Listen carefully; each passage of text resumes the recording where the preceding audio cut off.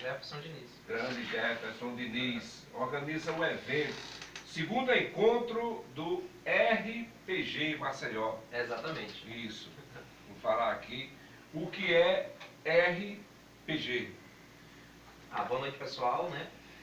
RPG é um jogo de interpretação de personagens, né? O Role Playing Game, né? Traduzido, jogo de interpretação de personagens, onde os jogadores criam um personagem fictício e interagem com uma história narrada por um mestre de jogo, né?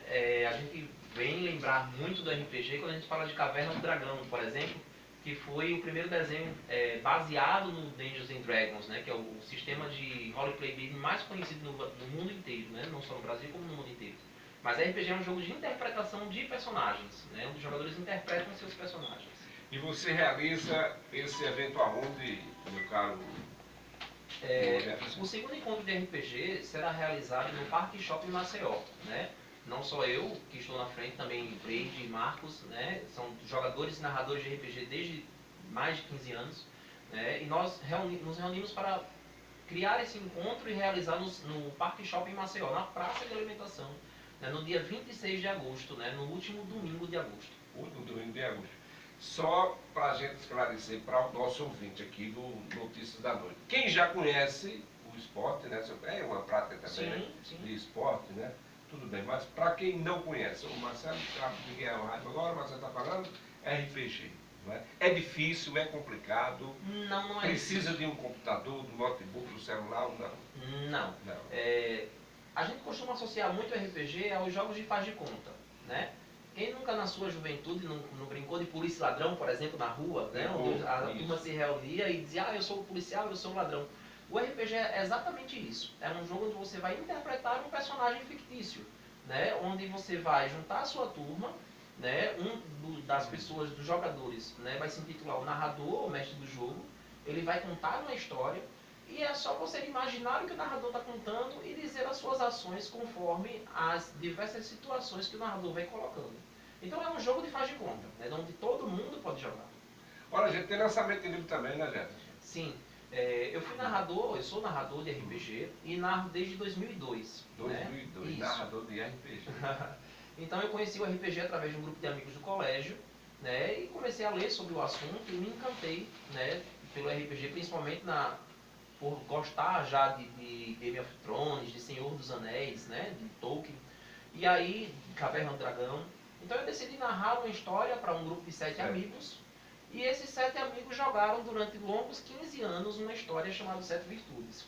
No final de 2016 para 2017, foi o último encontro da gente, né, sobre essa história, onde eu decidi imortalizar esse tempo de jogo, né, criando um livro, escrevendo uma saga, na verdade. Porque esse é o primeiro livro, é o princípio da lenda.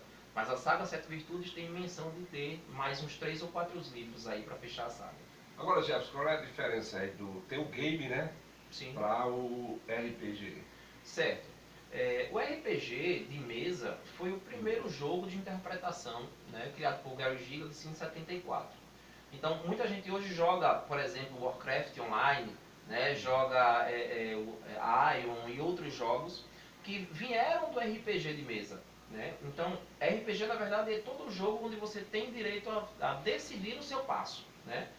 Quer seja de um console que mostra para onde você tem que ir, como God of War ou outros jogos.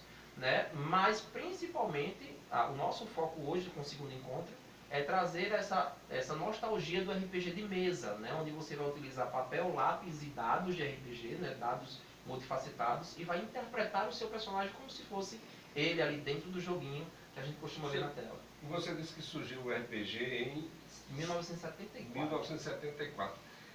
E por que ele não ficou para trás com o advento aí da internet do game? Veja, com o avanço da tecnologia, né, o RPG se tornou, e pela distância dos jogadores, muita gente, né, que tem jogado RPG, como eu, por exemplo, que hoje administro empresas, nem sempre a turma consegue se juntar, né, numa tarde de sábado para jogar. Então, os jogos online, eles trouxeram encurtaram essas distâncias, né? Então hoje eu pego um computador, eu entro no jogo online e eu tenho o meu avatar e jogo com outras pessoas dos Estados Unidos, Japão, por exemplo. Mas o RPG de mesa, ele encurta essas distâncias sociais, né? Onde eu posso reencontrar um amigo, a gente senta numa mesa, a gente joga e interpreta um personagem. Apesar de que hoje também tem a opção de jogar RPG através de opções de microfone, né? Skype, o Discord pela internet e webcam, onde você pode jogar também o RPG de mesa, não importa a distância. Então, boa noite também, viu? Blade. Une as pessoas. O RPG é isso, né? É diferente do game, né? Isso, o RPG é isso. A função dele é unir, sociabilizar, né? E como eu gosto de usar RPG porque você não tem classe, você como está ali, você está com todo mundo, você seja o que for, advogado, médico. E naquele momento você deixa de ser o médico para ser o personagem, interpretar aquele personagem e relembrar, estar com os amigos e formar novas amizades. Então o RPG é gostoso por isso.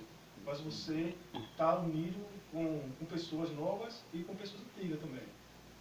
Agora, e outra coisa, tá, como disse aqui, Breno, com relação à idade, não tem faixa etária. Como é que funciona? Até porque dentro do RPG, eu, por exemplo, tenho 30 anos, mas eu posso dizer que eu sou um mago feiticeiro de 75 anos, ou um elfo de 200 anos de idade. Porque você também está desde 2002. 2002 jogando.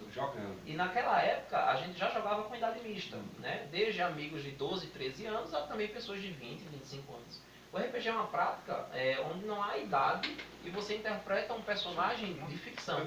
Por exemplo, o Vin Diesel joga RPG. George Martin, que foi o criador de Game of Thrones, é um jogador nato de RPG. Então, o RPG não tem... ele encurta todas essas distâncias, né? Eu, por exemplo, posso jogar RPG com uma turma de 7, 8 anos, onde eu posso narrar uma história infantil. E é isso que vocês querem com esse encontro, né? Sim.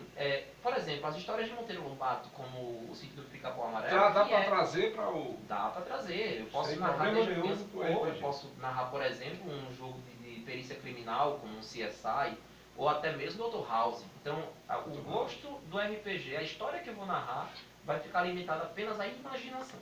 E toma aqueles comprimidos dele também? Não tomo os comprimidos.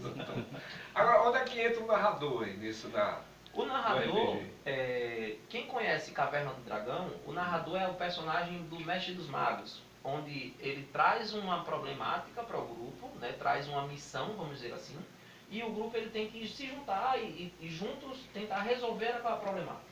Então, o narrador ele é o jogador que precisa conhecer um sistema de regras, né, que vão definir as ações dos jogadores, e ele vai narrar todo o cenário, vai dizer para onde os jogadores vão, o que eles veem, quais as sensações de jogo, cria aquela problemática toda e os jogadores acabam se juntando para desenvolver a linha de ação. O interessante, que eu gostaria de dizer, que no RPG não há vencedores, não há vencedores ou perdedores. É um jogo de contar história. Então, digamos que você joga uma tarde, mas não quer dizer que o jogo acabou ali. Você pode ter entrado numa masmorra, marca a turma de novo para se encontrar. E continua de onde pararam.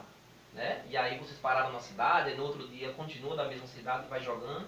Por exemplo, o Sete Virtudes foi uma história que durou 15 anos com os mesmos jogadores. E aí alguém do grupo precisa sair para fazer alguma coisa, ele para ali, o personagem dele volta.